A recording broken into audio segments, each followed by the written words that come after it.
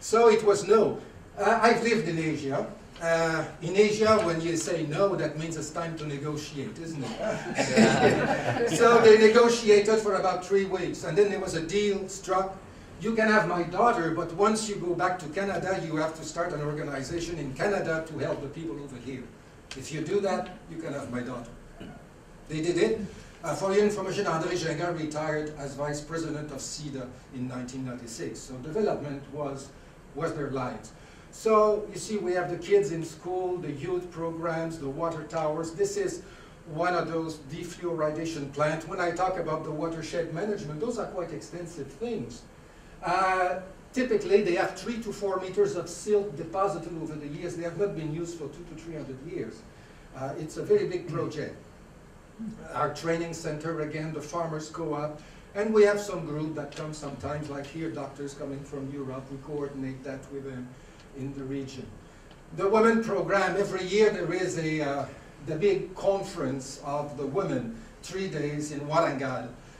It's a big event. Ministers come from Delhi and from Hyderabad. It's quite a big event. It's TV and everything. Those are women leaders in their villages now.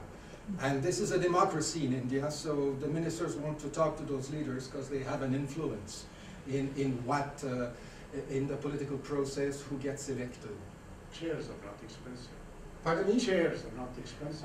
No, you do not need that. They were going to sell them if you give it. I asked the question, I said, you probably never heard of SOPA. Well, typically, if you look at our budget, 90% of our money goes for projects. We don't spend on publicity.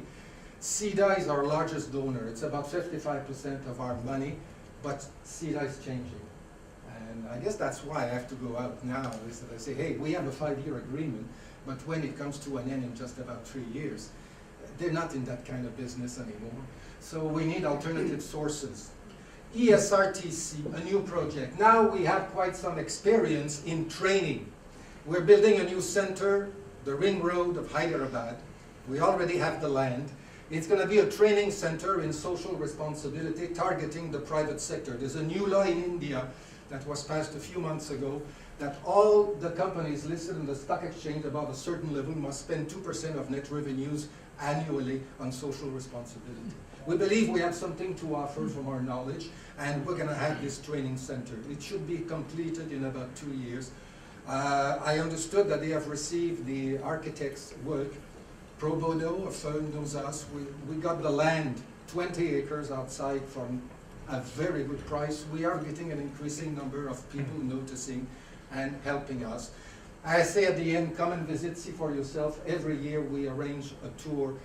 Nobody does that tour and goes in the villages where you can talk with the people without being changed. If you want more information, those are the 2 websites that you can have. Thank you very much. I don't know if there's other questions.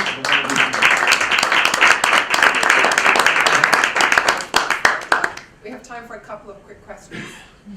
You said 55% of the funding you had so far came from CIDA. Yes. Where did you get the rest of the money? We get... and when CIDA's funding is going to gradually diminish, okay. what are your The plans? majority goes from foundations and congregations.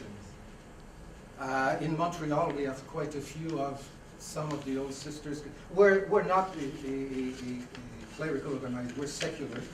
But from the work that we do, it was noticed because of the women particularly. We got a lot of support initially from them, and once they start with us, they stay. We have an extremely loyal base. So congregation and institutions are the biggest one. The rest come from the public at large. We have different programs in school across Canada. It helps, but it's very slow. But we have schools in all 10 provinces and the territories doing small projects and getting the name on the public place a little bit, because it's difficult to come and ask money when people have never heard about you. So where the heck do you come from? Huh?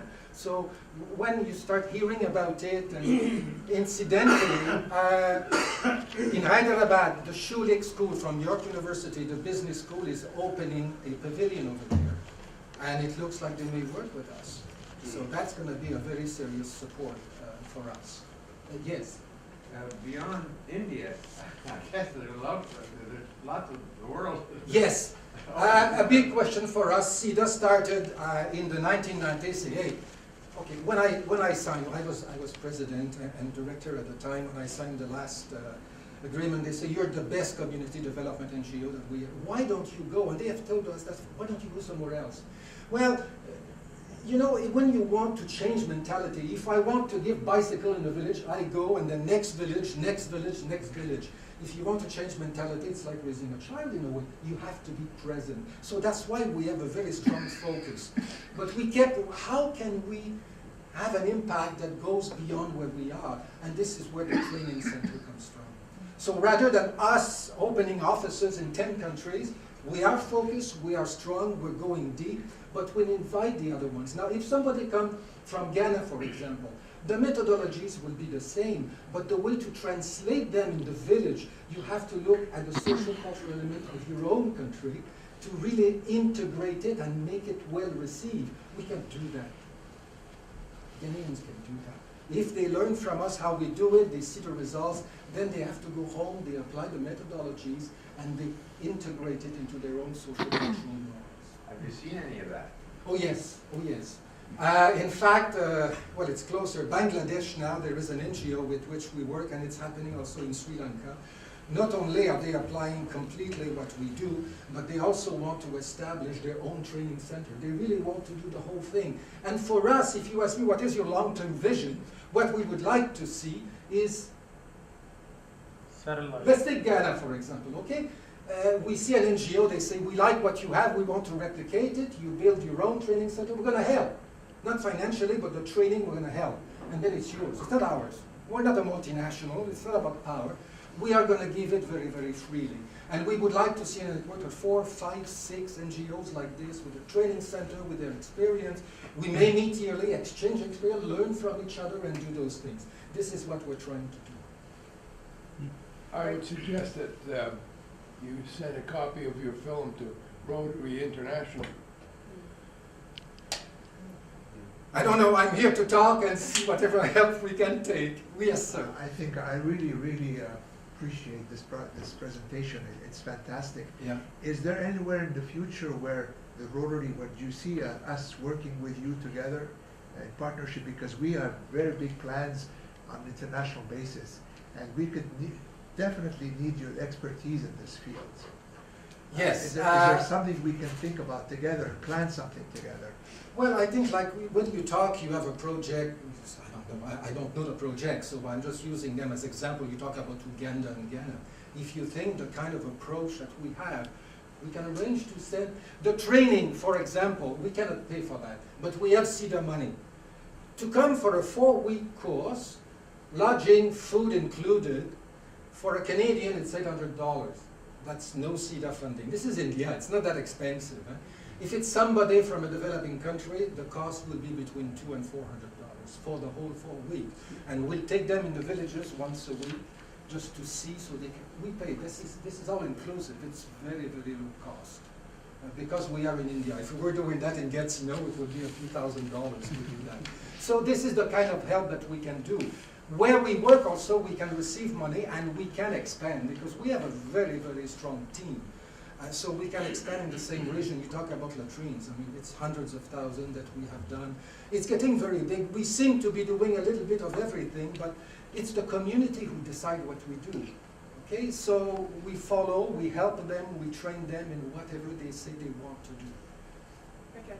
And what I would like to recommend is that we follow up with you later on, once we have developed the international plan a little bit more, to continue with these discussions. I know there are a lot more questions. Could we get a copy of your presentation? I can send it electronically, no problem with that. And you saw, I'm pressed. Hey, it's my life. I love it. I'm a volunteer. I don't make any money with that. It just means something to me. Okay, so I like it.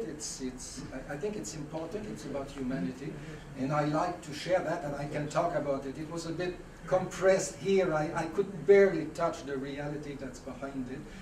Anytime you want to have a discussion to expand and